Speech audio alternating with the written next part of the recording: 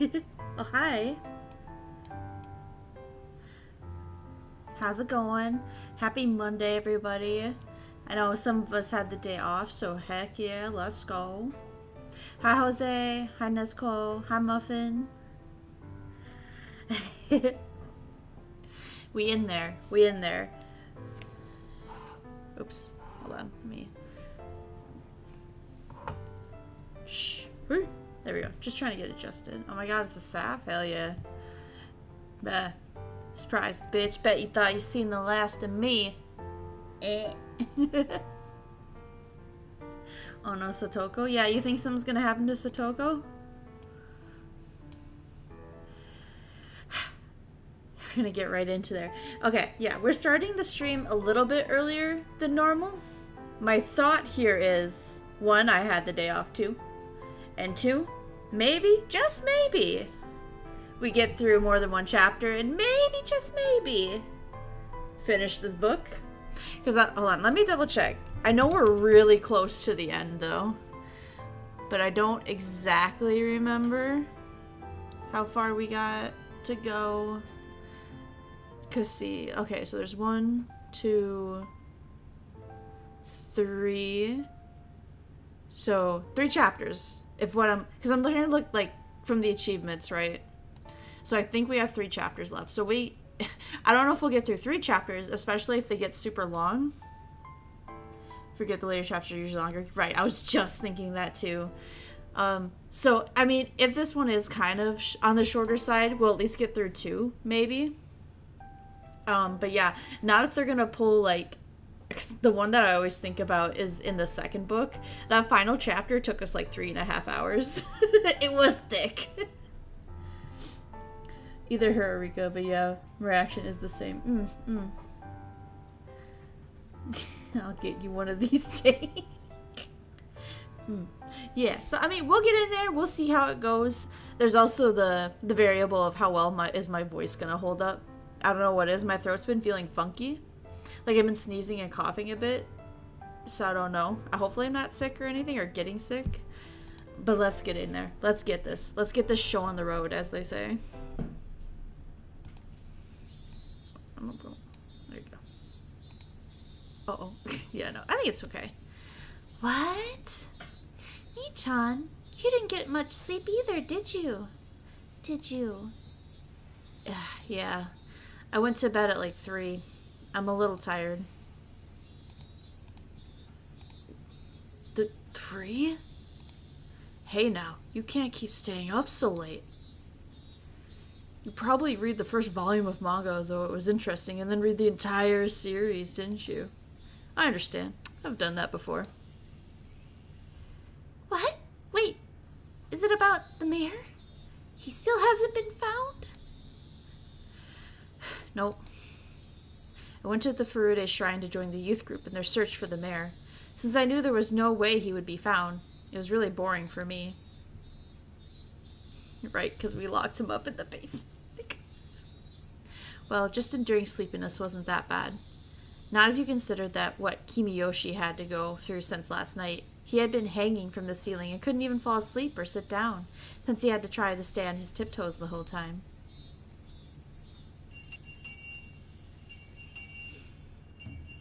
The teacher explained to us that the mayor had gone missing and asked us if we knew anything. A couple of people said some things, but they were irrelevant. To me, this issue meant nothing, but it was all my classmates were talking about. I observed Keiichi Maibara. I had no idea if any type of danger was drawing closer to him. Maybe I'd call him again tonight, pretending to be Shion. I told him he's some outrageous stuff last night, so he panicked. But I was sure he'd calm down after a day. At that time, I heard a little girl's laughter. It was Rika Furude, the last survivor of the Furude family, and the current head. However, she wasn't really treated as one. During the family councils, she'd often just draw pictures or take a nap on the hag's bed. She wasn't even invited to last night's meeting. It was hard to believe that such a little girl was responsible for part of the curse system. However, even though she wasn't respected position at the head of Furude family, there were plenty of old people who worshipped her as the reincarnation of Oyashiro-sama. I'd heard from someone that Rika Furude was rather odd, and seemed to behave as if she knew she was that reincarnation. Maybe Takano-san had told me that at the library when she was alive. When Rika Furude became worried about something, the elderly people who worshipped her would make arrangements. It was very similar to the Sonozaki family, and it was also the same system as we used in the curse. I wonder, does Rika Furude know anything about the deaths of Takano-san and Tomotake-san? What does she think of the people sneaking into the ritual storehouse? Does she know who snuck in and what happened to them? As the one managing the storehouse, it was possible that she noticed the intruders first. In fact, she was the only one who could have noticed it. She must have passed on that information, which is why the curse was executed. That foolish Keiichi turned the light on when we went into the ritual storehouse. That light switch would have been connected to some kind of alarm. Rika Furude, the leader of the Furude family. Maybe getting to know her would be a good idea. The reincarnation of yeah, didn't we learn that in Oshi's book? It has been brought up before, but I wish you would stop calling it Oshi's book. As the leader of the Furude family, how much do you know about the incident? I asked her rather directly. It was hard to tell if she understood. I was asking her in place of the Sonozaki family head, instead of as her classmate Mion. Are you talking about Tomitaki and Takano? Rika answered. The news hadn't been made public, yet she knew about it. Although she looked immature, perhaps she truly was the head of the Furude family. That's the curse of Oyashiro-sama. I already know that. It's not over yet, is it? There should still be 2 more. Have you... Oh, sorry, this is her talking, sorry. But it's not over yet, is it? There should still be 2 more. Have you heard what will happen to them? I tried to be vague to see how Rika Furude would react. I'd been thinking that she had nothing to do with the underside of Hinamizawa since she was always treated like a child. However, Rika had just said things about the incident which normal people shouldn't know anything about. That proved she belonged to the underside's network. I don't think it matters anymore. She answered the question about Tomotaki-san and Takano-san fairly quickly, but took a little longer to answer this time. Did she have to think about it? Shit. The look on her face never changes. It's impossible to figure out what she's thinking. What do you mean? How can they get away with what they've done? I think they feel bad about what they've done. Then it should be fine. Her response was unexpected, especially after seeing all the old people get so furious about it last night. The trespass in the ritual storehouse was blasphemy against Oyashiro-sama. The village elders had said those intruders deserved to die. Yet the leader of the Furude family, who protected the sacred storehouse for ritual implements, said that if they felt remorse for it, then it was fine? I recall that people thought Rika Furude's father during the dam conflict. Yes. Her father was called an opportunist back then. He didn't agree with the Onigafuchi guardians, who had resisted violently during the conflict. Like father, like daughter. I aggressively grabbed Rika Furude by the collar. Huh? The heck are you talking about? You're pretty stupid, just like your predecessor, aren't you? The Furude family must understand better than anybody how sacred that ritual storehouse is. How could the head of the family say such a thing? I laughed at myself. I was told the same thing by someone else when I was now saying it to Rika. Don't you know how serious of a crime trespassing in the ritual storehouse is?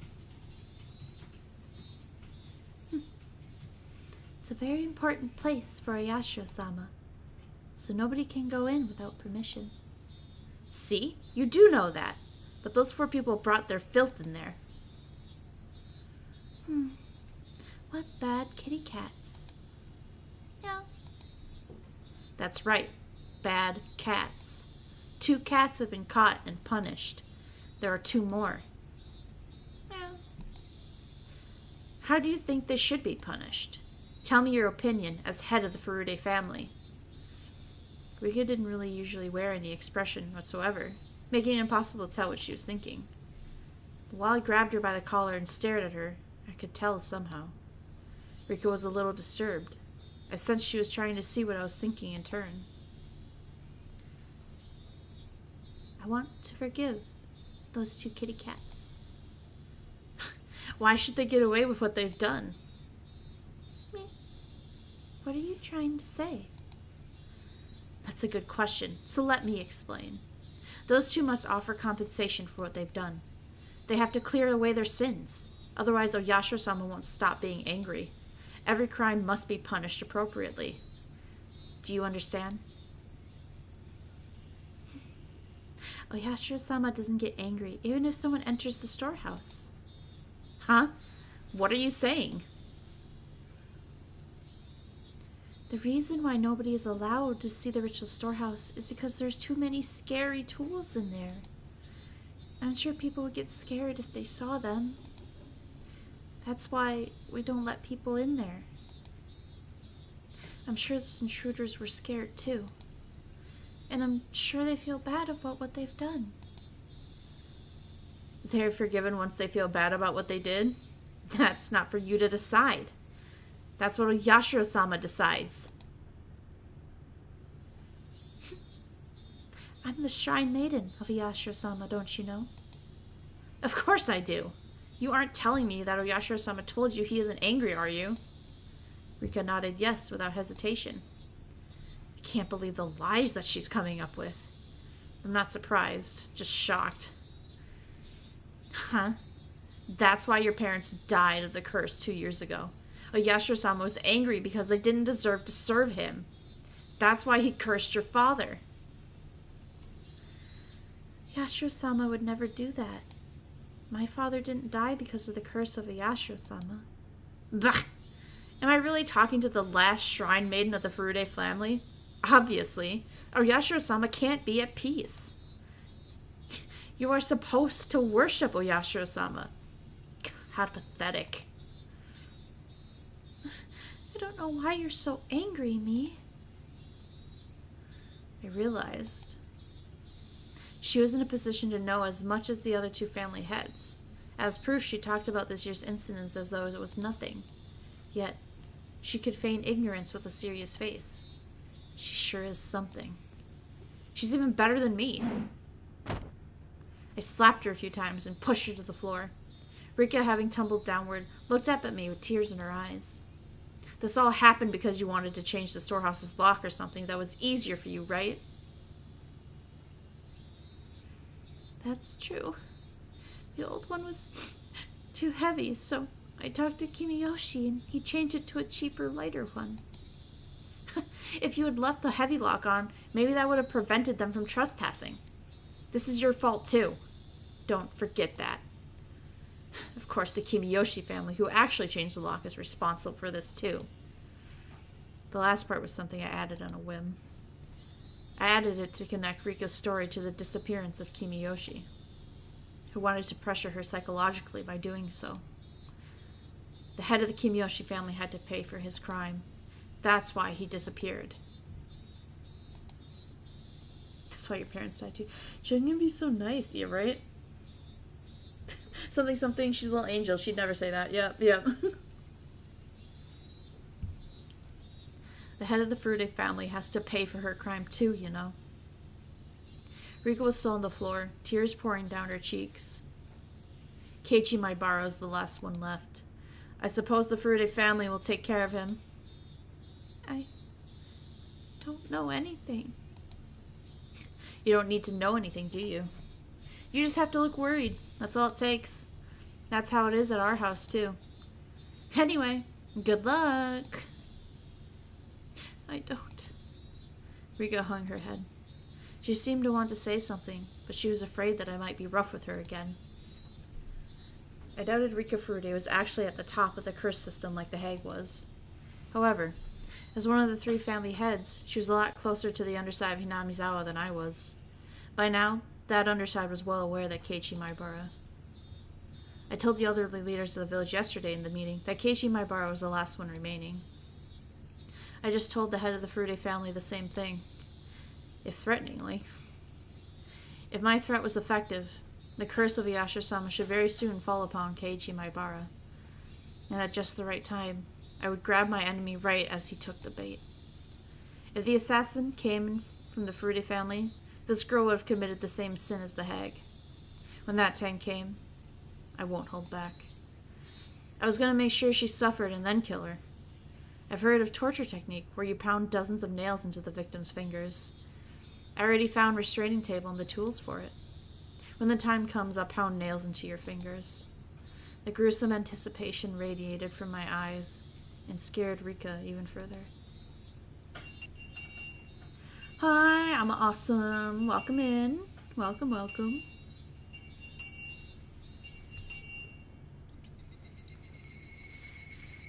I wonder how Kimiyoshi's doing. I doubt he died from tiptoeing all night, but sometimes a human can go so easy. He already told me everything I wanted to hear, and he doesn't know anything else anyway. On top of that, he was responsible for spreading the infection that was the curse system of the Yashio-sama. His sins are very heavy. I really liked Uncle Kimiyoshi. He'd always been kind. The hag was so tough on her relatives, and that's why he was extra nice to me. When we talked yesterday, I was so happy to hear him say he'd forgive Shion. He even said he would fight the hag to save her. That made me really happy. Don't worry. If Shion-chan feels bad about what she has done, she won't be demoned away. Just leave it to me. I felt such a warmth inside me. I shivered. I was happy, yet still so very sad. For he continued to say that Satoshi-kun deserved to die. He said those nice things because he wanted to make Mion happy, since she was so worried about Shion. Satoshi-kun deserved to die because he was a member of the cursed Hojo family. But Shion-chan of the Sonozaki family did not. That's what he meant. In other words, to the leaders of the village, including Kimiyoshi, members of the Hojo family are more contemptible than insects. They didn't care if they lived or died. Their sin was not only what they despised in the Hojo families, but also that they let the hatred infect the rest of the village. Therefore, everyone in the village deserves to be a victim of the curse of Yashio-sama. Kimiyoshi and the others created an environment that excused murder in the name. So that was so. If Takano-san and Tomotaki-san hadn't committed the serious crime of trespassing into the ritual storehouse, then Satoko Hojo, the last survivor of the Hojo family, and Teppei Hojo, who has been hiding in Okinomiya, might have been victims.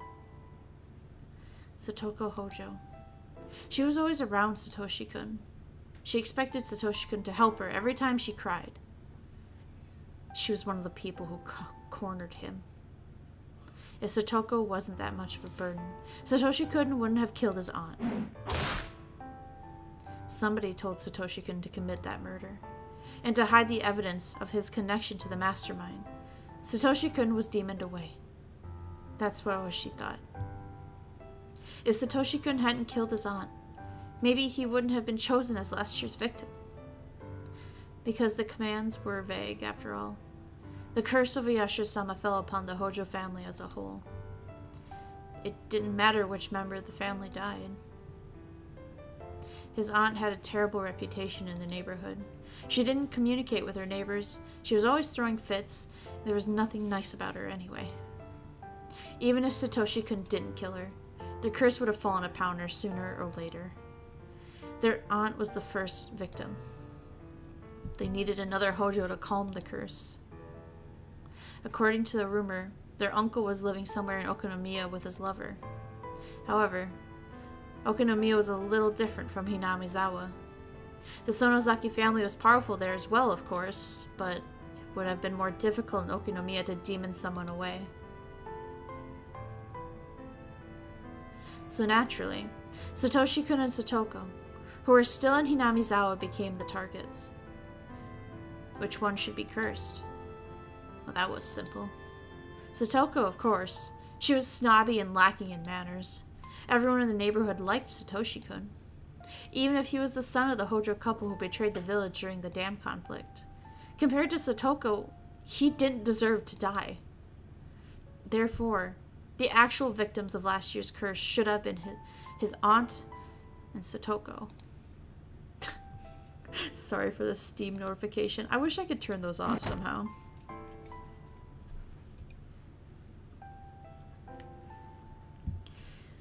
Satoshi-kun was suddenly all alone. His mean aunt and mean uncle were gone. His sister, who was a burden to him all his life, was gone too. Pretty sure you can? I know you can, Muffin. I just said sorry that I didn't. I'm sorry. Although he realized he was finally free, but the time would heal him. I'd even help. He didn't have to live in the house in Hinamizawa. There were plenty of empty rooms in the apartment block where I lived. I could find him a part-time job, too. He didn't need to go to the school in Hinamizawa. He could go to the school with me in Okinomiya instead. He wouldn't know his way around or really anything about the school there. So I'd be with Satoshi-kun all the time. I'd show him a shortcut to school. We'd go shopping. I'd teach him so many different things. What an unbelievably happy ending. Satoshi-kun had been suffering so much, and I had been pushed away all of my life. But we would finally be happy. I enjoyed these sweet little delusions, but I didn't have any more time to waste. I was sure there are plenty of old people who had been trying to get a hold of Oreo all morning, and who were going to try and catch me after I got home from school. Actually, the phone had been ringing constantly while I enjoyed these happy little thoughts. When I answered the phone, I casually listened and replied. As I planned, Keiichi Maibara is now known as the next curse victim of the underside of Hinamizawa. I also tried to let him know the disappearance of the village chief had something to do with the fact that he changed the lock on the ritual storehouse door. All the authorities in the underside came to realize the seriousness of trespassing into the storehouse. After all, one of the heads of the three families got punished. One of the phone calls was from Moshi. He had also heard that Kimiyoshi's disappearance, and he knew it had something to do with the changing of the lock. I'm impressed. He has some pretty good sources. But all he can do is catch whatever information he can get. There's no way for him to find out where it's coming from. I'd call Keiichi Maibara again later tonight. Some of the more aggressive villagers may have already started taking action around him. I'm sure that by now, Keiichi's feeling the danger that's coming toward him. I'd have to be careful that he doesn't get killed so easily. If I catch the enemy before they bit Keiichi, I can use him again as bait. Keiichi Maibara. I haven't known him for that long. He's funny, if not intelligent. He'll never replace Satoshi-kun. But I do think he's fun to be around. There's just one thing I don't like about him. He rubs my head far too often. His hand is warm as Satoshi-kun's hand, which is why I can't stand it. That's about it. Keiichi Maibara isn't Satoshi-kun's enemy. I don't hate him. He's fun to be around. But I wouldn't shed a tear for him if he became the victim of the curse. I won't prevent Keiichi Maibara from being killed, but I won't kill him myself either. I'd made arrangements for the curse to fall upon him, but I never told anyone to kill him. Well, I suppose I did tell Rika Furude to take care of Keiichi Maibara. Wait a minute. To avenge Satoshi-kun, I'm doing exactly the same thing as the hag did. I'm using the exact same system that killed Satoshi-kun. Keiichi Maibara. I'm just using him. I told people to let the curse fall upon Keiichi, but I've been giving him appropriate warnings. I'm going to help him if he tries to live. If I catch all my enemies. Maybe I'll let him loose. He's different from Satoshi-kun. Satoshi-kun was tricked into killing his aunt, and was killed himself afterwards so there wouldn't be any evidence remaining. I won't kill Keiichi Maibara. That's how I'm different from the hag.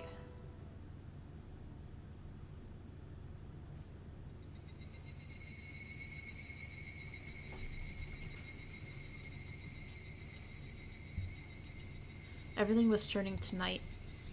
I had to get dinner ready. I had to eat so I'd have enough strength to take revenge. This place was far from town. It would even get isolated during winter. Isolated during the winter because of the snow. It's not unusual for a household like this to have 2 or 3 refrigerators. There were plenty of groceries left in them. I was glad I didn't have to go grocery shopping. I could hear the choirs of the Higurashi. Some different cope, yeah, right? People often say that the sound of the Higurashi brings back memories. But for me, it's the exact opposite. I've only ever heard the sound of the Higurashi in Hinamizawa. Therefore, the sound of the Higurashi to me is Hinamizawa. The sound reminded me that I wasn't supposed to be here, that I couldn't be here. And that was when I heard the doorbell. Because there was a good distance between the house and the gate, there was both a doorbell and the intercom by the ladder. I had a security camera there, too.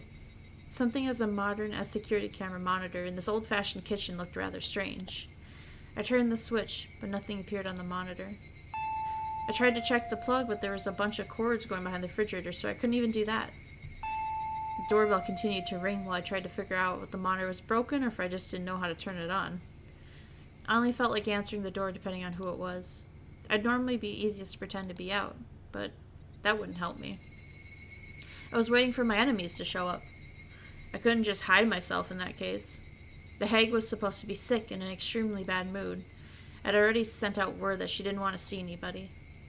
So who could this be? I made up my mind and turned on the intercom. It was someone unwanted. I could just turn away whoever it was.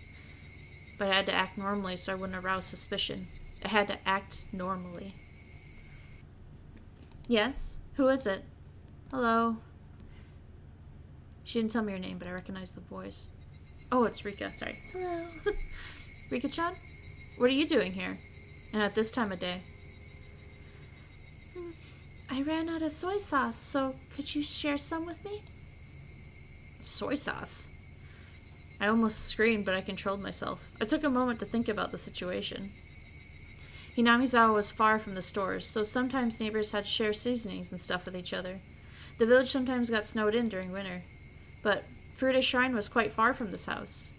It was rather odd for her to come all the way here on her bicycle just to get some soy sauce. Maybe she was using it as an excuse. Maybe there was something she wanted to talk to me about. That's when I noticed a piece of paper that was on the refrigerator door next to the intercom. We still have plenty of homemade soy sauce in stock. Feel free to come to the Sonozaki house if you want some. The hag must have given that flyer to everybody.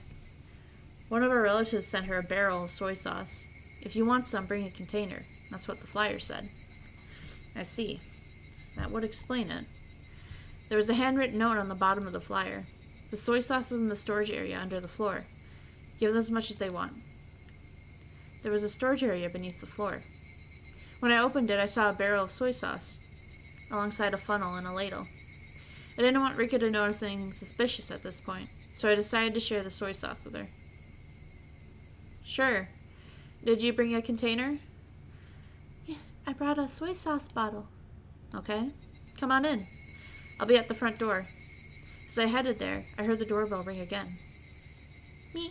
The gate is locked from the inside. I can't open it. Ah, right. Sorry. I'll be right there. Just hang on.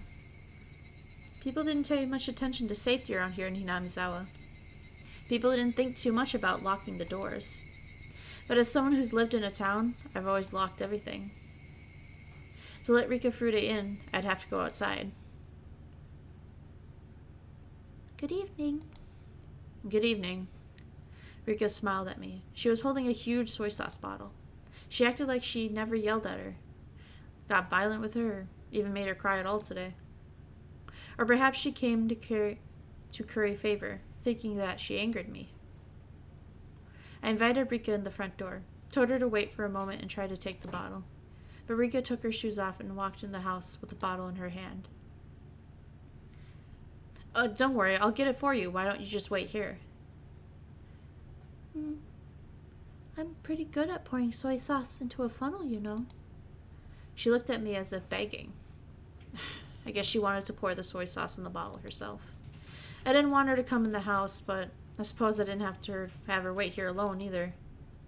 If she came into the kitchen with me, I could keep my eyes on her. And so I brought Rika to the kitchen. We walked down the hallway.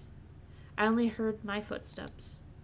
I stopped suddenly and turned around to make sure she was still following me. Rika bumped into me. Sorry. I made sure she was right behind me and I started to walk again.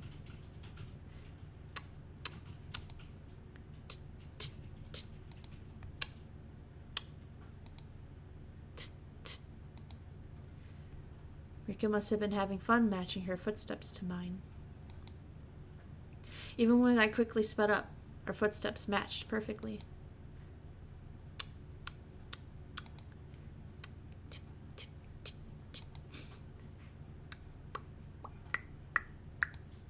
I stopped suddenly. Rika stopped suddenly too after taking an extra step. When I turned around, Rika smiled at me. And when I suddenly stopped, I heard an extra step. I have experienced such footsteps before. It was making me feel uncomfortable. But now, although her footsteps sounded the same as the other ones I experienced, I saw her when I turned around. That was difference between them. I left the storage door open so we could see the soy sauce barrel. The memo said she can take as much as she wants, but I wasn't sure that there was enough left. I crouched down and tried to open the lid of the soy sauce barrel. Even when I crouched down, I could hear Rika's extra step. Good, there's plenty left. Take as much as you want. When I turned around, Rika was very close to me. But, who was this? I saw Rika, but it wasn't Rika at all. It was like when I switched with my sister. The outside's the same, but the inside's different. Did Rika have a twin? I was confused for a moment. That was when Rika sprayed something from a small bottle into my eyes. I felt a terrible pain in my eyes, and suddenly tears poured out and my nose started to run. I couldn't stop sneezing either. As I stumbled around, covering my face, I realized I was attacked. I shut my eyes tightly for a moment, then opened them again. Rika was about to grab my hair and drag me down onto the floor. When Rika saw me open my eyes, she sprayed me again. I shut my eyes to avoid the spray, but my nose still breathed in the substance. I avoided the pain in my eyes, but the tears, the runny nose, the sneezing continued. Shit! My brain wasn't working quickly enough. However, when I finally understood that I had been attacked by Rika Furude, my brain started to grind into motion. Rika Furude knocked me onto my back and got on top of me. I tried to escape by rolling on the kitchen floor, but as soon as I rolled, I hit the oven, a huge jar, and destroyed a pile of something on the floor as I fought back. But Rika didn't let me go. She stayed on top and restrained me. She was sitting on my stomach, and I felt intense pain and pressure. She could fight well. I couldn't see anything. Rika had the upper hand. My eyes shut, and I was in real danger. As I tried to blink, I saw Rika's expression. I didn't know Rika Furude all that well. I only knew her from the few times we had met and went to school as Mion, and from the things I've heard from other people. But as far as I knew, there was no way Rika Furude would ever do something like this. This is just impossible. Impossible, impossible! No, I can't fill my head with that word. I have to calm down and figure out what to do next. Shit. I'm too much of a mess to even think. I tried to peek at her face again. She still had the spray bottle in one hand. What I didn't expect was the thing in her other hand. How could I mistake it for something else? It was definitely a syringe. When Rika realized I regained my eyesight, she pointed the spray bottle right at me and let loose with it. I shut my eyes tightly and tried to ignore the pain. But that was when, even though I was blinded, Rika made a miscalculation. She had sprayed me at such close distance, she inhaled some of the substance as well. I heard Rika sneeze, and I realized that it was my chance. Even if I couldn't see, I knew she was right there. I hit Rika in the face a few times. When I felt Rika's weight shift, I escaped. I then got my stun gun ready. Rika must have inhaled a little bit of the spray. She wasn't sneezing anymore, but was glaring at me instead. Hey, are you picking a fight with me? You want me to wreck you? Rika's expression didn't change, but I was sure she was disappointed that her surprise attack was a failure. Rika flinched a little, but she was still holding the spray bottle and aiming it at my eyes. She was trying to use the spray first, and then give me the shot. I didn't know what that was in that syringe, but it was a clear liquid. It had to be something bad. She wanted to take my eyesight, get on top of me, and then give me a shot. If whatever was in the syringe took a while to take effect, I might have a chance to fight back and seriously injure Rika. But Rika's surprise attack told me that just being infected was more than enough. In other words, whatever the effect, it would start to work immediately. Therefore, I wouldn't be able to fight back against her. It'd probably either knock me out or kill me. In any case, what I had was equally deadly. My stun gun was powerful. Just one shot could be all it took. What happened before was proof to its power. Rika knew my stun gun was more powerful than her spray.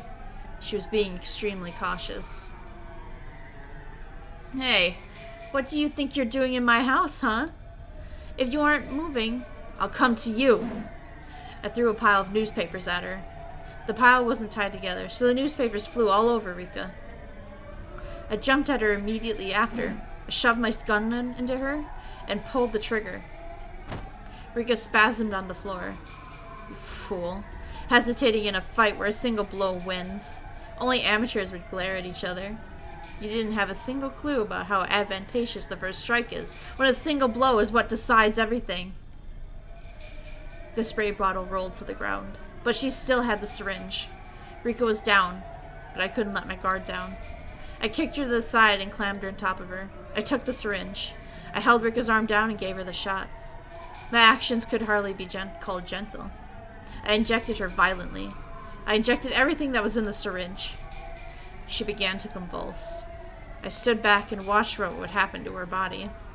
Of course, I still had my guard up. While I assumed that the drug would incapacitate her immediately, I didn't know exactly what kind of reaction she would have. Look at you. Did you really think you could defeat me? Think again. After a few more convulsions, Rika unsteadily got to her feet.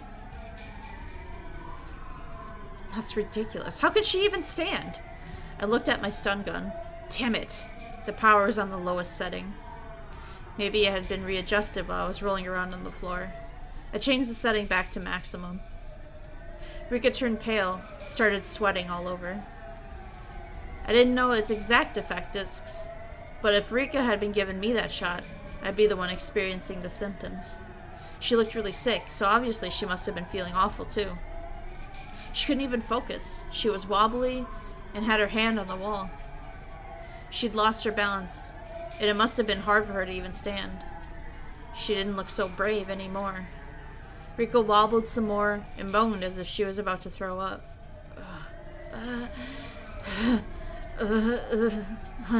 You. Rika looked scary as she moaned and wobbled, but at the same time, she looked kind of funny too. Certainly, she hadn't even dreamed that she'd be getting the shot herself. As the man sows, so shall he reap. That's what you get. This is so funny. It's so funny. Oh, but please don't throw up here. Go to the bathroom, okay? Oh, I'm going to enjoy how long it'll take for you to die. But that means I can't torture you later, huh? I've been planning to use the nail table on you. So either you choke on your own vomit and die, or I pound nails into all 10 of your fingers, I wonder, which will it be? Oh, I know. Let's move to the underground shrine storage. I'll put you to sleep so I can move you there, okay? I walked up to Rika, my stun gun making popping sounds. When Rika saw the sparks from the stun gun, she moved to grab a huge kitchen knife. Oh? You still gonna try and fight? That makes things way more fun. I have so much I want to ask you. I would suggest you back down. Well, actually, even if you do, you'll go through the same misery anyway. Sorry, but I refuse your invitation, you torture maniac. What she said wasn't anything I'd expect to hear from the Rika I knew. But I didn't hesitate. I had the advantage, so I didn't need to worry. Besides, this was coming from the last survivor of the Furude family, one of the 3 families. That sudden change somehow felt natural. Compared to what the 3 families have done, this is nothing. Thank you for the high praise, though. I should be proud of myself, huh?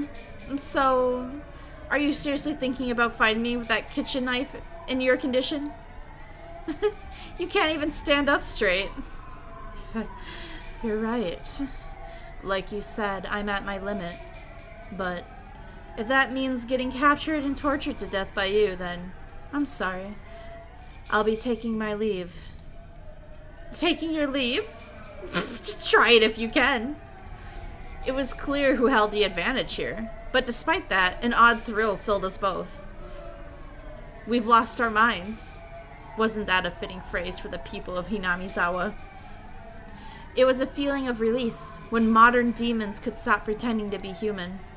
Yes, this was a mad banquet of demons, with the savoring of blood and devouring of flesh. Attended by the head of the Furude family and the head of the Sonozaki family, the old families whose blood is closest to the madness of demons. I stood in front of the hallway so as to block her escape route. The windows had grates on the door and a safety chain on it. If she turned around, I'd hit her with my stun gun. In this situation, what did Rika Furude mean by taking her leave? Rika got her knife ready. I expected her to aim it at my stomach when she attacked, so I took a stance with my stun gun ready in hand. Rika, however, suddenly turned around. I carefully watched to see what her next move would be. She put the handle of the kitchen knife to the wall and held it in place. What was she doing? Goodbye, you torture maniac. I won't give you the satisfaction of killing me. Rika reared her head back and slammed her throat against the knife on the wall.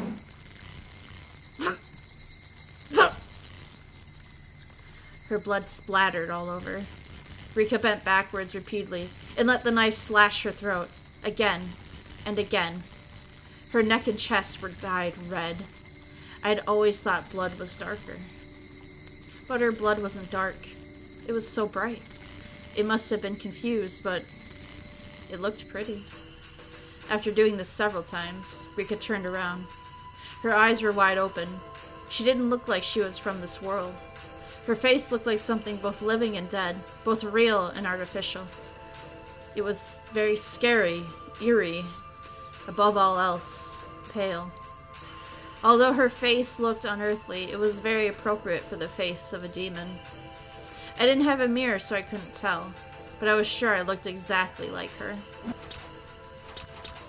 Rika continued to violently slash her throat. It reminded me of someone trying to break a huge piece of ice with an ice pick.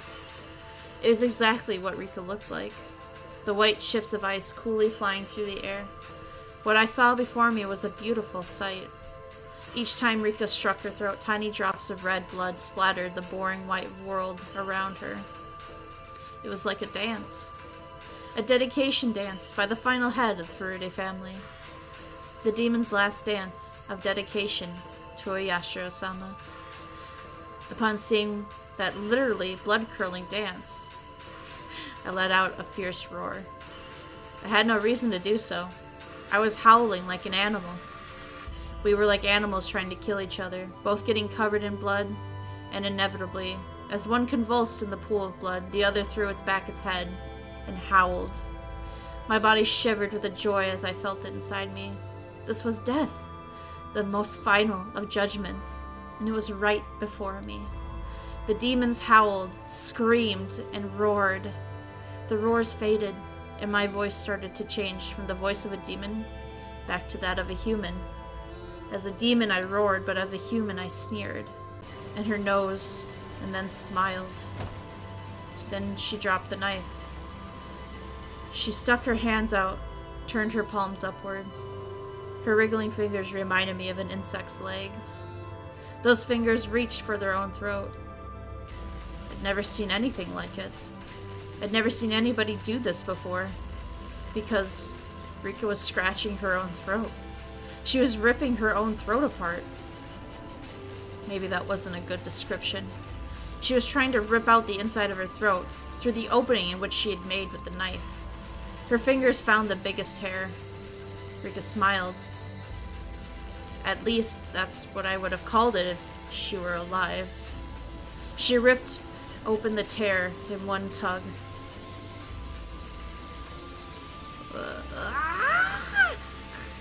Upon hearing my scream, Rika died and fell to her face, into the pool of blood. That was it.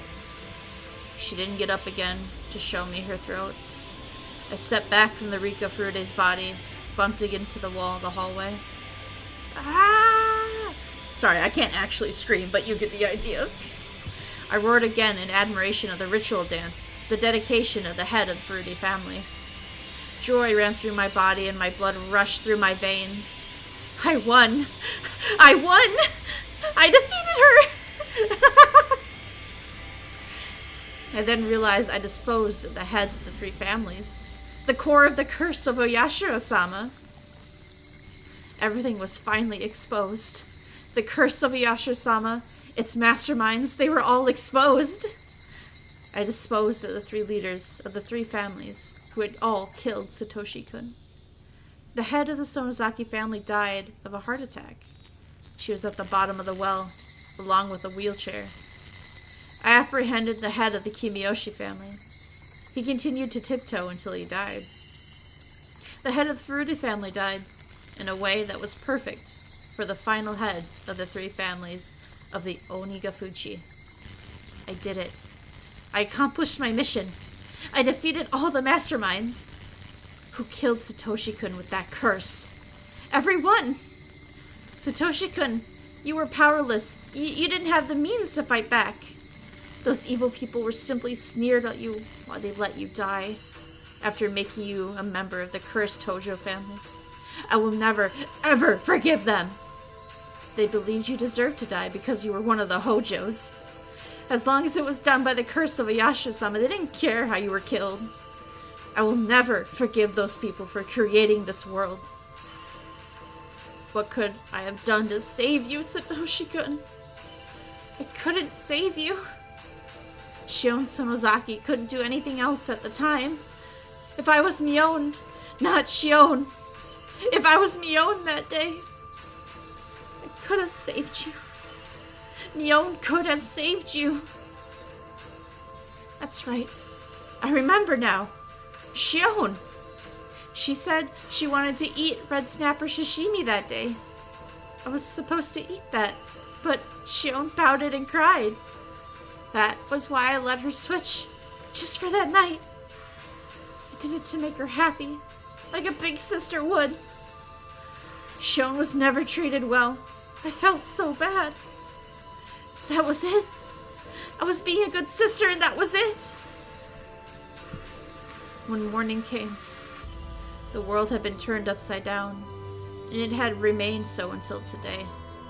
We weren't twins anymore. The one with the demon was Mion. The one without the demon was Shion. What was that supposed to mean? Wait, Mom, listen! I'm Mion, not her! You can tell us apart, right, Mom? Look, can't you tell? I'm Mion. Come on, everyone, tell me I'm Mion. I'm Mion. Don't call me Shion. I'm Mion, I am. And I realized, you knew, didn't you? That the relatives weren't gathering for a simple party that night. You knew. No, I didn't. I really didn't know. Huh? How can you say that? You were so persistent that day. You said you'd never eaten red snapper before, so you really wanted to try it. You never gave up asking me. I really didn't know. I didn't know, and if I had known, I wouldn't have said it. Oh, sure. You were always so jealous of me. That was why I switched with you every once in a while. But you weren't satisfied with just that. No, you became even more jealous. And that night, you knew what was going on. You took Mion from me. You took Mion from me. Give Mion back. I'm the one who's Mion.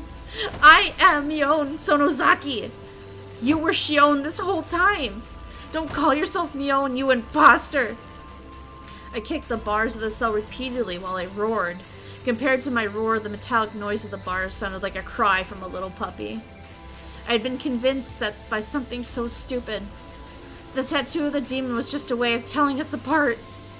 Even without that tattoo, I am Mion. That's right. I am Mion Sonozaki. I gathered my hair, put it in a ponytail with the yellow band that Mion used all the time. Since I didn't feel my hair on my neck, I felt like I could think more clearly now. Two Mions looked at each other through the iron bars. According to our sibling rules, that was never to happen. Yes, there was only one Mion and one Shion. There could never be two of either at the same time. Shion, let your hair down. I'm Mion, and Mion is here. You were never Mion. So don't pretend to be me ever again. Do you hear? I said so. So do you hear? If you do, answer me, Shion. I took myself back on this day. Shion admitted she was Shion. How wonderful it is to be Mion. I feel great. I can think clearly now. Because after all, Mion is capable of anything. Unlike you, Shion. How dare you pretend to be Mion? Do you have any idea? Huh, Shion? Yes, sis. Shion called me sis. And so I was Mion. Ah! The demon who had been asleep deep inside me was finally allowed to wake up. The demon roared and my whole body shivered to express its joy. Shion, you committed a great sin. You were Mion until now. You were in a powerful position as Mion of the Sonozaki family. Yet you didn't even try to rescue Satoshi-kun. You had millions of chances to save him, but you chose not to do a single thing. I won't forgive you. I'll never forgive you. I could have saved Satoshi-kun. You took him from me, and you killed him. I will never forgive you for that. Shion was shaking on the other side of the bars. I will kill you. I'll kill you in the best way possible. Starting today, I'm going to think of the best, most gruesome way to kill you. Shion, you better spend every minute fearing what's coming to you. I won't just kill you. I'll make sure your death is long and miserable. And after you're dead, I'll throw you in that well. You better apologize to Satoshi-kun when you get in there. This is what you get for pretending to be me. Do you hear me? That's your sin.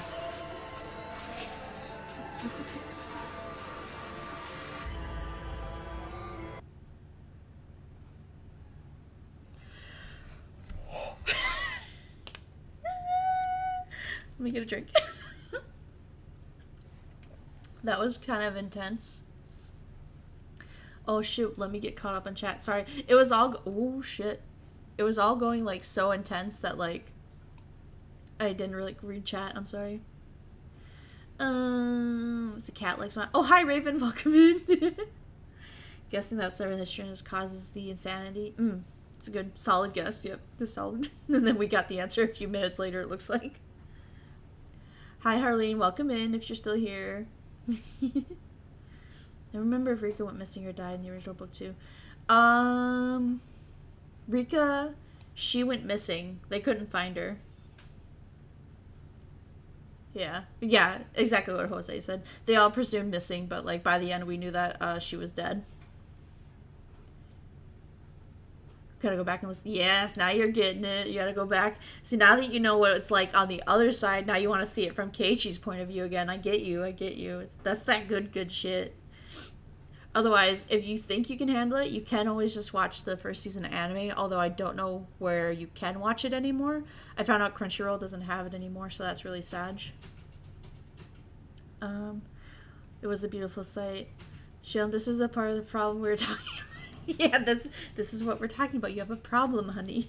It's like, topic. I just realized I never got to the Angel Mort events from Shion's perspective. It's almost like Shion wasn't there. Hint. The real question is whether she's actually Mion or if she's just convincing herself of that. Also good. Rika wasn't really kidding. What did she say? Torture? Yeah. Torture maniac. The music was good? Yeah. Good, that was so deserved. Yeah, that was insane. Yeah, right? From Keishi's perspective. What perspective? He's so dense he doesn't even see it. Right? Like, I think I talked about it that at the very beginning, like when we were starting or gonna start the answer arcs, right? Like how Keiichi's paranoia, like it's gonna be wild for you guys to see how much else was happening. Like Keiichi, like not to like some of the paranoia is warranted, right? But like he was so absorbed in himself, if that makes sense, that like he forgets that the rest of the world is still happening. And so, like, we see all this, like, shown stuff, like, she's, like, plotting his murder, plotting this, kidnapping people, doing this and that, and Keiichi's, like, in his house every night, locking the doors and windows, being like, they're coming for me, oh my god, they're gonna get me, you know? But, like, we see it from her perspective, like, they're not gonna get him, it's fine, I got a couple days, you know what I mean? Shaking my head, Keiichi's so selfish. I mean, basically, yeah. Yeah, right? Okay, let's continue. Gosh, this might be a super long chapter just by itself. Oh my god. I needed to at least clean up the kitchen. While I was putting old newspapers on the floor to absorb the blood, a phone rang. I didn't want to answer, but maybe I should. I should answer it and talk to whoever it was. Hello, Sonozaki residence. Thank you for Oh wait, hold on. This must be Satoko, right? Thank you for answering. This is Hojo calling. I was surprised to hear the Hojo name, but I realized right away that it was Satoko. Oh. What's the matter, Satoko? Sorry to call so late. Is Rika not there with you? Ah, yeah. Ever since Satoko Hojo was abandoned, she's been living with Rika. Of course, she'd get suspicious that Rika hadn't returned yet. Yeah, she's here. Oh, she's still there? It's long past dinner time. Hey, Satoko. I made too much dinner tonight, so I told Rika-chan to just eat here with me. Huh? Is that so?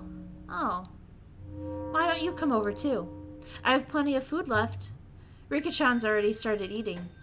Oh, Rika? Alright, let me clean up a little. I'll head out. I'll see you shortly. Okay. I'll be here. See ya.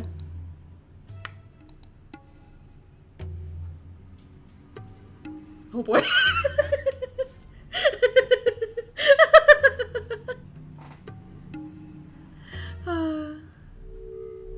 Also, when I go back and listen to the other ones, it shows how much you've grown as a VA. Oh, thank you! I've been trying really hard. My favorite part is Shion doing her crazy laughs. Shit. Alright, looks like we're halfway through this chapter. It's been really good listening. Awesome. Thank you, thank you. Yay, I'm happy. Makes me so happy. Yay. Okay. Keiichi, I've been calling your name for a while. You have a phone call. It's from Sonozaki-san.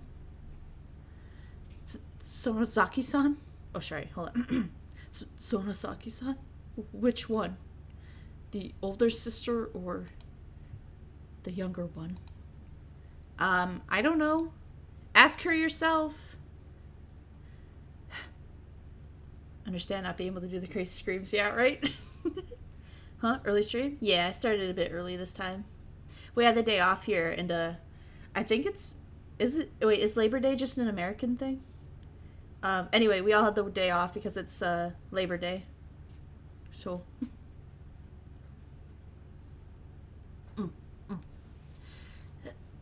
Hello? Mion? Or is this Shion? It's me, Shion. Good evening. Shion, sorry about last night. I got all riled up. He must have been worried about how I hung up on the phone so suddenly last night. We're tied to the same fate. Making sure the other one is alright is only going to guarantee our own safety. Yeah, I agree. We absolutely need to share whatever information we have, so that we don't die like Takano-san or Tomotaki-san did. American thing. We got Labor Day. Everyone else celebrates it during May Day. Oh.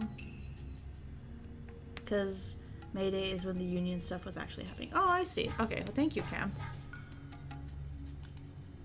I heard Keiichi swallow loudly.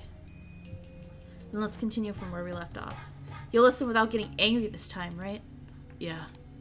I'll be fine. Keiichi agreed to be quiet and listen. I explained the dangerous situation Keiichi was in once again. Just like how some evil people in the village attacked Takano-san and Tomotaki-san. They might attack us any day. It was ironic, of course, that while I was warning him, I was also the one who made sure the curse would fall upon him. Let's report anything we notice or seems strange. If we connect all the tiny pieces that we have, then we just might find out who killed them. Or maybe even the truth behind the incidents over the past few years. You're right. You're right about that. Then I'll start, since I suggested it. I feel like somebody has been watching me lately. What? I was making this up. I just wanted him to realize how urgent the situation really was. It might be my imagination, but I'll tell you anyway.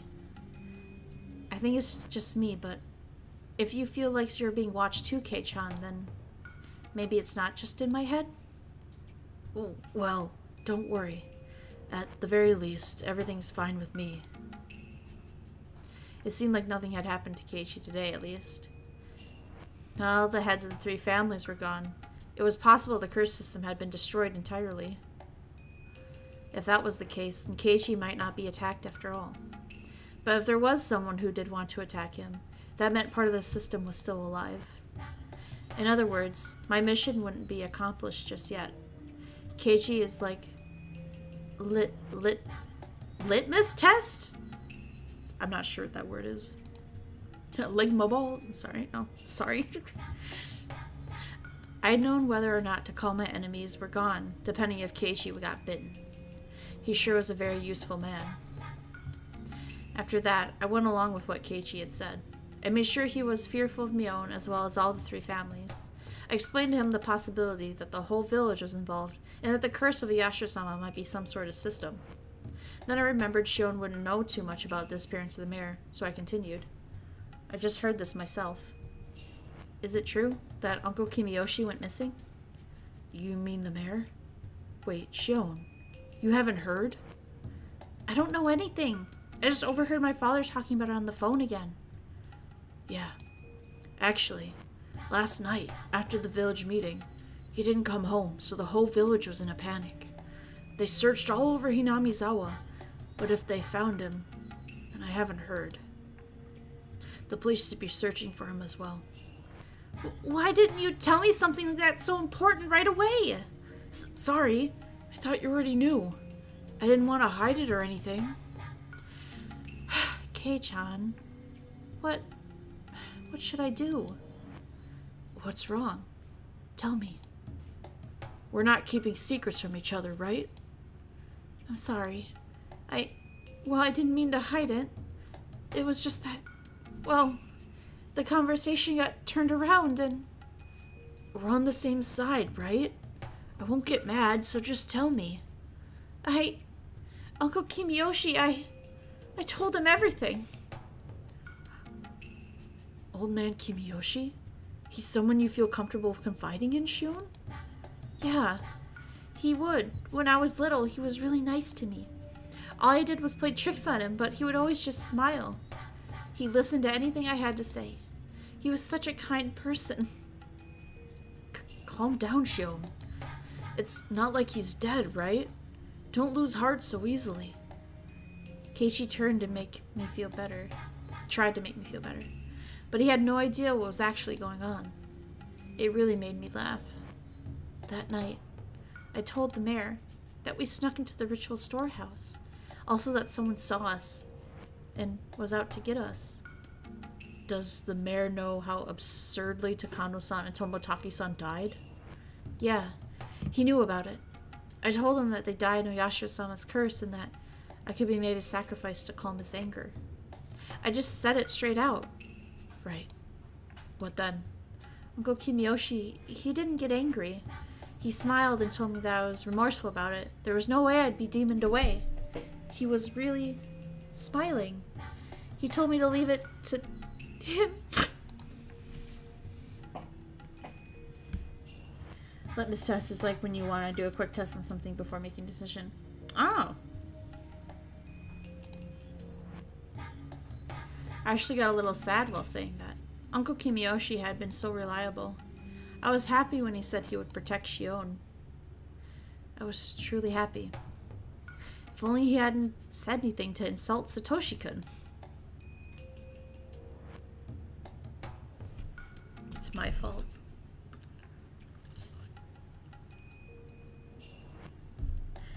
Because I confessed everything.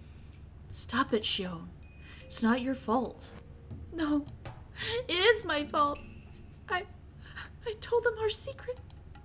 Uncle Kimiyoshi found out about everything, so he had to be killed. It was right after I confessed to him, after all. He disappeared the same night. He told me everything was gonna be okay. It was such a strange feeling. I wasn't really upset at all.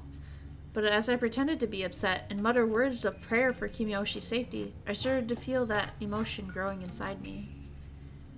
I was only pretending to be distressed to fool Keiichi. Yet the emotion I feigned began welling up inside me. It felt like I was being consumed by that emotion. So the words coming from my mouth weren't words I intentionally said. They were words that consuming emotion forced me to say. It was like someone else inside me was doing the talking instead. And I was just watching someone talk from a short distance away. I should never have told him. All of this should have only been our fault, only the four of us. It wasn't something I should have told someone else. He got killed because I told him. He got killed because he knew. He got killed because I confessed to him. Hey, stop. If they were doing that, then they would have killed you before killing the mayor. It doesn't make sense. You or I should have been killed first. Why would other people die before us? It does make sense. They must be planning to kill us last. Huh? What? They start by killing those you're close to. And then after they caused us as much pain, then they'll kill us. That must be what they're doing. What I just said scared even me.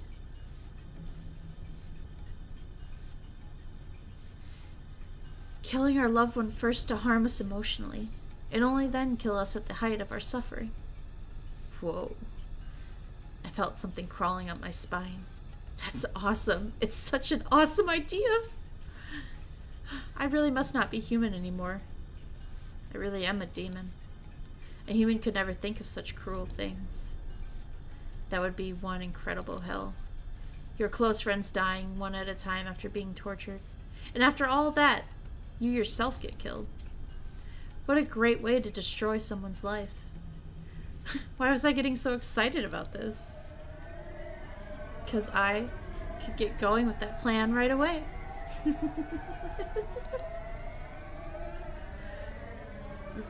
Rika-chan, It's Rika-chan. What? What did you say just now? Well, the truth is, I told her about it. I told Rika-chan today. Rika-chan? Oh, you mean Rika-chama? The one from the Furude Shrine? Yes, Rika-chan.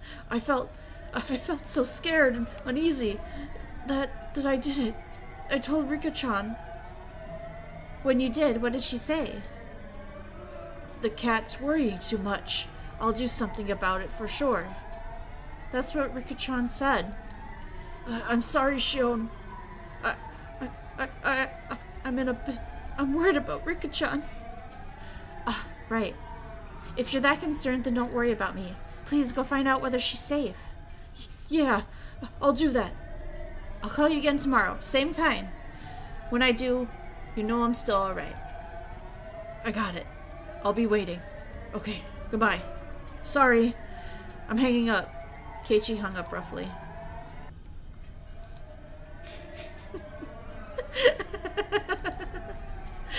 My god, what a hilarious conversation that was with Keiichi. Everything was just too damn funny. Keiichi Maibara, go ahead and struggle helplessly. Run all over the village and see if that curse is still alive. Go ahead, see if my enemies are still around. I laughed for a while and then calmed down. I'd already got rid of the bicycles and shoes belonging to Rika and Satoko. My house was, for the moment, taken care of. I could expect Keiichi to run around in a panic, to ask for help from someone, and ultimately come to Mumyon. More than likely, the youth group would end up looking for Rika like they did with the mayor. I'd probably have to endure another long night again, knowing nobody would find her. I decided to wait until the phone rang. I killed some time by watching TV until it did. Starting to think Shion might have a problem? Nah, I can fix her. Yeah! Oh, I don't know who's talking. Kei-chan, are you serious? Oh, it must be Shion. Kei-chan, are you serious? I'm gonna get really mad if this is a joke. I scolded Keiichi for suspecting that Rika had disappeared. Mi-chan, if it really is a joke, don't get mad. Smile! It would be a joke after all. We need to go make sure whether it's a joke or not. You're right. Sorry for getting upset. Reina rebuked me. Well, she looked quiet. I felt like she could be very terrifying under her skin. I had no bias for that impression, but I still felt that way. I just didn't like her. I had disliked her ever since that rainy day at the bus stop. It wasn't that we didn't get along, though. How should I put it? I was at a loss for how to explain. That was it. I found a good example. When I was little, I always wanted to play tennis. I had my relatives take me to the tennis court, and they all praised my skill. I was doing nothing more than hitting a ball with a racket, but they told me I was talented, and that it made me happy. When I went to school, I told my classmates I played tennis, and they told me I was talented too. Then, one of my classmates, who was usually very quiet, said she also played tennis. Not only did she play, but she took lessons. Although I bragged about my serve, I was no match for her. I felt lonely and insulted that everyone was paying attention to her and not me. She was usually very quiet, but then suddenly I realized that she knew more and had a lot more experience than me. Reina at the bus stop was just like that.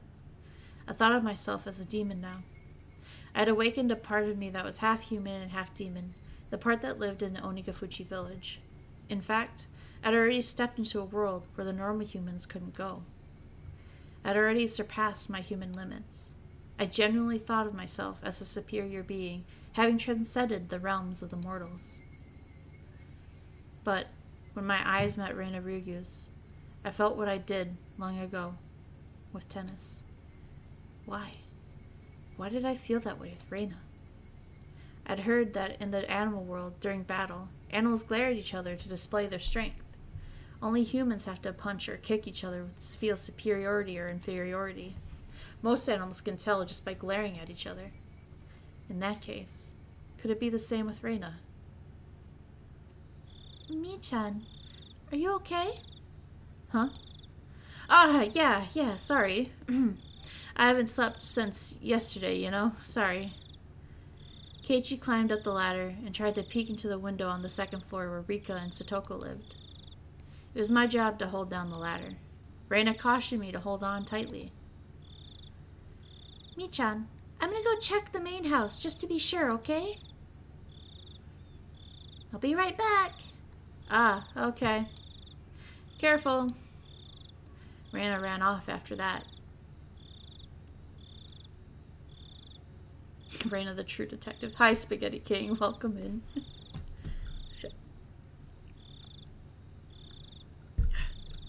When I looked up, I saw Keiichi trying to open a window, but they were all locked. What did Reina mean by main house? Keiichi asked me from the top of the ladder. It's the Furude family's actual house. After her parents passed, I think it's been left like that. Ah, right. Rika-chan's parents, they passed away, huh? Satoko's also an orphan. Her parents fell from a cliff because of Yashiro-sama's curse. Then her older brother, Satoshi-kun, he disappeared. Satoshi? I've heard that name before. He'd heard that name before? I felt anger growing inside me. Don't you know whose desk you're using every day? You act as if it belongs to you. You drop food on it while eating lunch. You drool on it while taking your nap. Don't you know who it really belongs to? Why am I acting this way? I'm Yon. Satoshi-kun doesn't even exist anymore. He was demoned away. It's hardly Keiichi's fault that he didn't know. It really isn't his fault. Satoko and Rika-chan have been living in this shack ever since. Neither of them has any family. At least they have each other. They help each other out. Didn't Reina say there was a main house? Wouldn't it be easier to live there? I think she tried that at first. She said it was hard, though, because it reminded her of her parents. After everyone in Satoko's family died, she started living with Rika. It only made sense. Satoko and Rika were best friends. They didn't care about the Hojo family or the Furude family. They had been best friends since before the dam conflict. The reason why the curse never fell upon Satoko. Rika Furude probably had a lot to do with it. That made more sense than anything else, at least. Satoko was pardoned from the curse of the Hojo family. All thanks to Rika Furude's arrangements.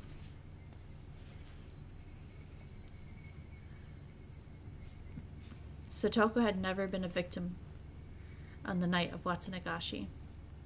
According to the curse system I uncovered, the last survivor of the Hojo family was still living in Hinamizawa and would be the perfect target for this year's curse. Therefore, whoever was responsible for executing the curse must have tried to take her life. However, nothing happened to her, proving that Satoko had escaped from the curse. That was really the truly infuriating. She might have been the head of the Furude family, but I still couldn't accept such a little girl had enough power to protect her best friend. Mion? No. Actually, Shion. Shion must have had the same power then. Just like Rika protected Satoko, Shion could have protected Satoshi. Damn it. Damn it.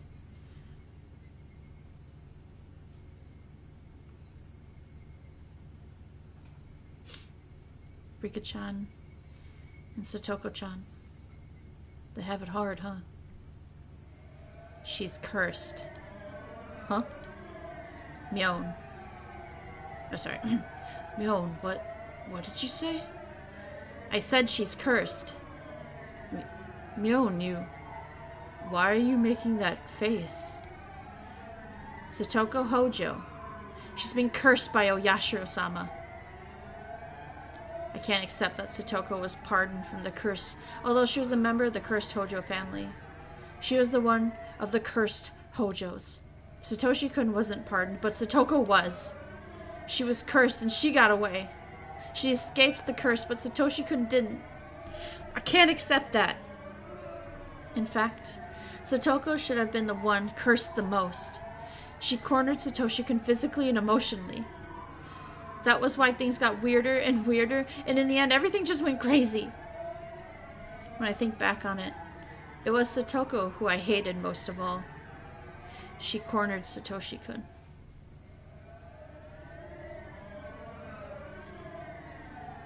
And as a result, Satoshi-kun disappeared. She started it. She caused it. If only she hadn't been there. Just as Rika Furude and Satoko had lived happily, maybe there had been a happy future for me too. Maybe Satoshi-kun and I could have started our lives together in Okinomiya. Yes.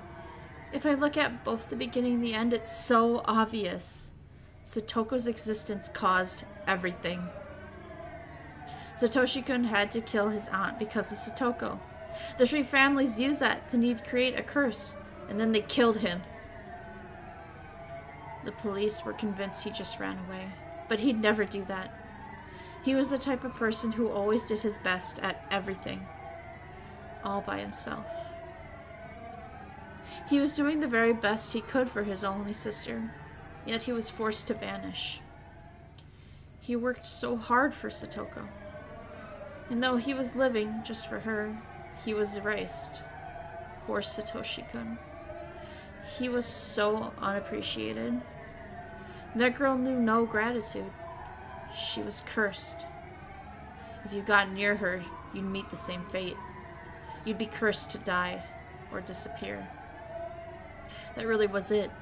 She was the main cause behind it all. She wormed her way into the Rika Furude's good graces, and that was why the curse fell upon Satoshi-kun. She should have died first. Then Satoshi-kun would still be alive.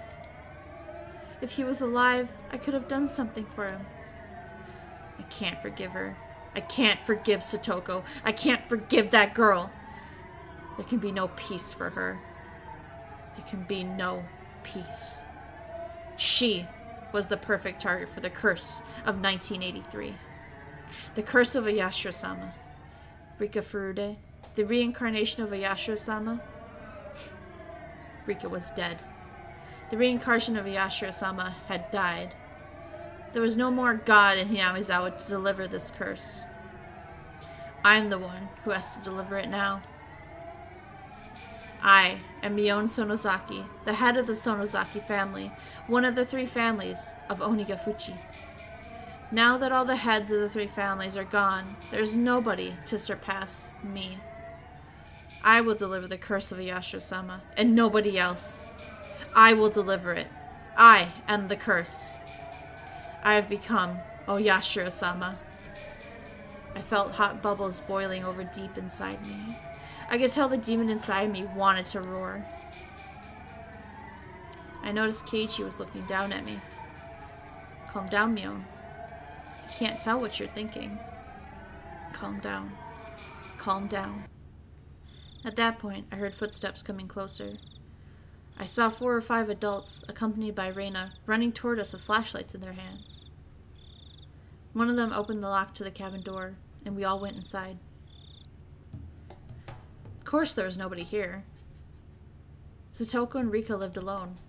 I doubted Satoko would have left a note saying she was going over to the Sonozaki house while Rika was already there. But it wouldn't be fun if she had. Because of that, I hurried into the room ahead of Reina, just to make sure there was nothing left behind. The rumor of Rika and Satoko's disappearance spread around the village quickly. More and more villagers gathered at the Furude shrine. Acting in place of the head of the Sonozaki family, I commanded them to search the village. The villagers nodded and scattered. How long had it been since the last time I was truly Mion? I felt so pleased that my body almost went numb. Lots of villagers went in and out of that shrine. They yelled at each other that she was nowhere to be found. Some suggested other places to look, and they all left. They made a lot of noise with their comings and goings. Members of the Women's Association brought out huge pots and gas cookers from their storage and got ready to cook for the men. That was when I noticed Keiichi unsteadily walking toward a copse of dark pine trees. What was he thinking? How stupid of him to be alone on a night like this. If a person responsible for executing the curse was nearby, he wouldn't come back safely. Myeon-chan, we went all the way Ojaga Lake, but didn't find anything. We tried to light up the pond, but we're gonna have to wait until the sun's up. Ski, yeah. Okay, thank you for your hard work. The women are making some miso soup, so please rest up and have some. Myeon-chan, do you know where they usually park their bicycles?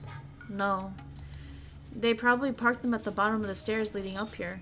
I don't think they'd come up while carrying them. Ugh, we can't even find their bicycles. Where did they go? If they left their bikes, they would have gone pretty far. Guinea pigs? Yeah, that's my guinea pig. Maybe as far as the town? In that case, we'll have to look inside of Hinamizawa. By the way, who first noticed that Rika-chama was gone? Ah, it was Kei-chan. He suddenly had a hunch. Oh, that Maibara kid, huh? He is a little suspicious. Speaking of which, why hasn't the Maibara family shown up while a crisis like this? The Maibara still haven't joined the town council, so they're not in the youth group's phone directory. Really? Well, ain't no helping it then. Huh? They joined, didn't they? I think it's just their name that isn't in the directory yet. The last time we were updated at the beginning of the year. They just moved here, so that's why they're not on it. That Maibara kid's hunch is still suspicious. They say the first on the scene is the most suspicious. Where did he go? I saw him walking towards the pine trees. Can someone go get him? Conveniently, I saw Keiichi and Reina walking back towards us. Kei-chan, where did you go? I was worried you disappeared too. Sorry. It looked like nothing had happened to Keiichi. If so, that's fine. That means I took care of all my enemies. Oh, my. I knew I smelled something good coming out over here. I'd be much obliged if you allowed me to have some. I heard the loud, sticky voice of a middle-aged man. It was Oishi. You must be confused about this year's incident. The scale of the curse this time is nothing like the previous ones. Oishi's information network is about as equal to or better than that of the elders on the town council. God damn it, Muffin. God damn.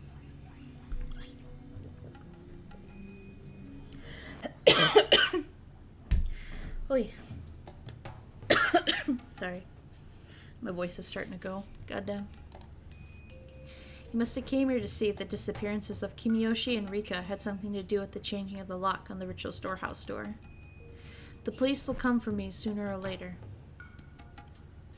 I am Mion Sonozaki.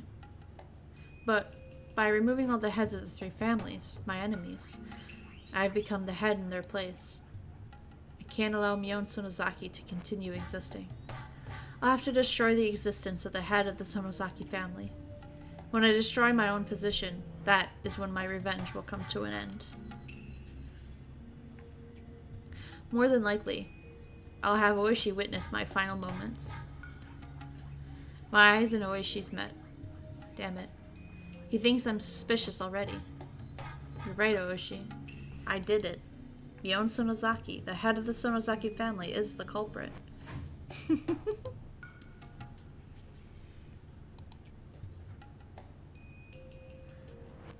Remember, drink water? I have been drinking water.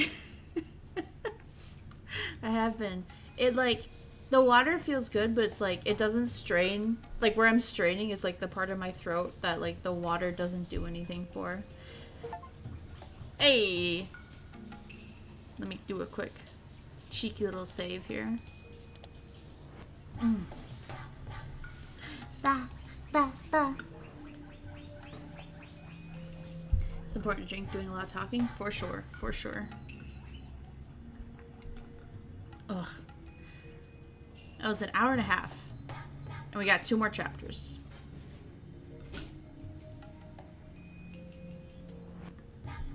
You don't have to do another one? Right? That's what I'm debating right now. Is if I want to just like take a quick like be right back break and see if that helps. Or if I should just call it.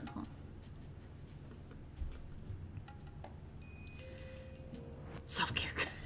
It's true. Yeah, I probably should just call it.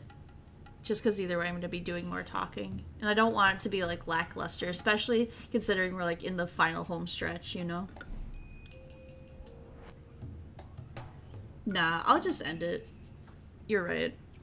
I don't want them to be lacking because these are such big moments. Gonna need help in Genshin? I don't think so. I don't think so. I think right now, Risu, I'm just hitting up ley lines, mostly. Oh, it's Monday. Oh, the weekly's reset. Nah, I'll be okay. Wednesday I play Genshin, though, so, I don't know, maybe then. Do we do any big moments? Oh, the whole Rika incident seemed like a big moment.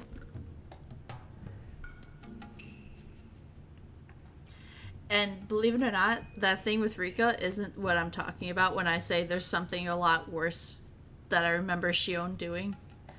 And there's only 2 chapters left, so... I wonder if it's gonna happen in this book at all. Yeah. Yeah, I want you to have that feeling of dread. There is something a lot worse that Shion does. I can't wait to see if it has to go over it, right? Because, I mean, she said, okay, let me say it without saying it. Because, and this is what we read in this chapter, right? Here's, quote, I took care of Rika and Satoko's bikes. Rika is dead. End quote. Let that sink in for a sec. No one can find Satoko. She only said Rika's dead.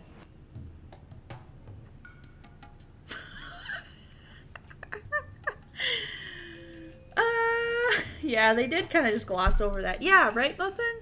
Gee, I sure hope we get to know what happens with Satoko. Surely it can't be bad. Surely she comes to her senses and talks Shion out of this. Or, Shion, no! Surely she talks Shion out of whatever she's doing. Surely.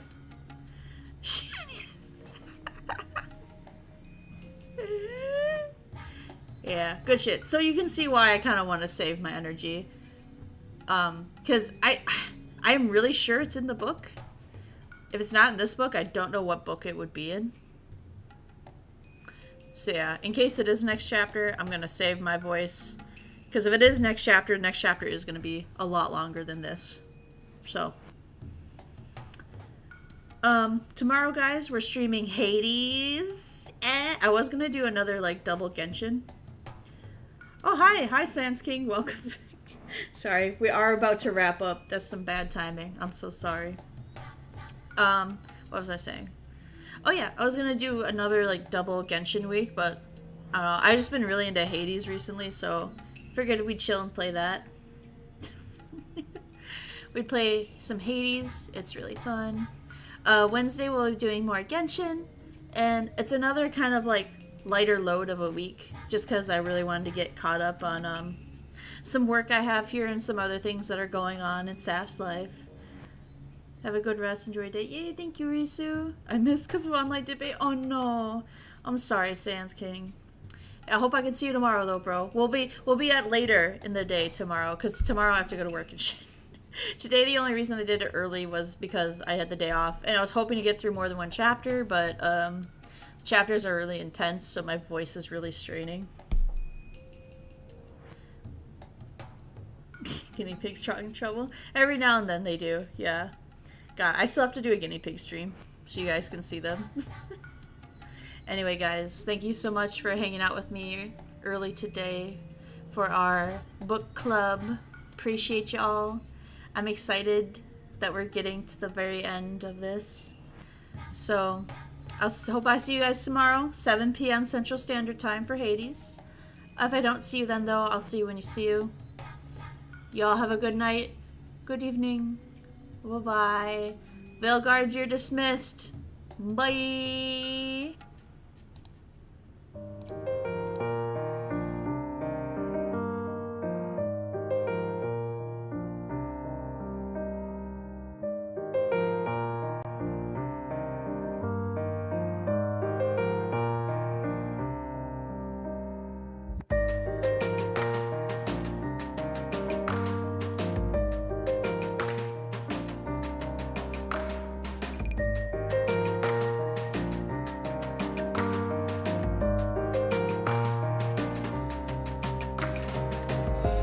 bye.